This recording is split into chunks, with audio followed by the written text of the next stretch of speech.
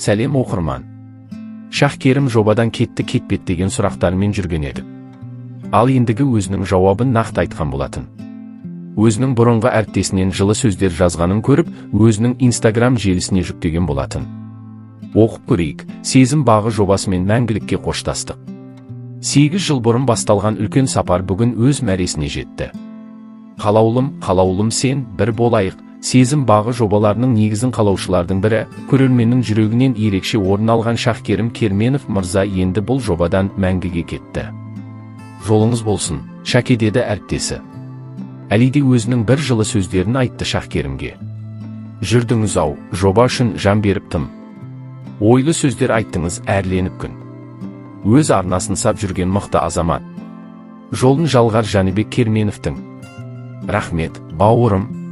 Баста дәурен тұрғызбас бақ елес қой. Қоштасалмау ең қиын жол емес қой. Жортқанда жолыңыз болсын әр кез. Жоба деген ғұмырдың соңы емес қой. Және де көптен бері желіде жоғалған еді. Содан көптің сұрақтары жиналғанын айтып, жауап беремін деп сөзін берді. Бұл кезең не себепті болды, қалай болды, себеп салдарлары қандай деген сұраққа жауап беретін уақыт келген сияқты. Осы қоштасу хабарын естіген көпшілік түрлі пікір білдіріп, әлеуметтік желілерде жылы лебіздерін жаудырып жатыр. Бірі қимастықпен, енді бірі алғыс айтып, өткен жылдарға шүкіршілік етуде. Себебі Шахкерімнің жобаларға сіңірген еңбегі елеусіз емес. Ол тек жүргізуші емес, көрерменнің сенімді сырласы, жанына жақын тұлғаға айналған еді. Шахкерім үшін бұл қоштасу соңғы аялдама емес, жаңа белеске бет бұру.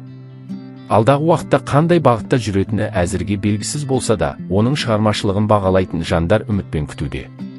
Көпшіліктің көкейінде жүрген сұрақтарға жуырда өзі жауап бермек. Ендеше бізде сәттілік тілеп, жаңа жолына тілекші болайық. Уақыт бір орында тұрмайды. Әр адам өмірінде бір белестен өтіп, жаңа кезеңге қадам басады.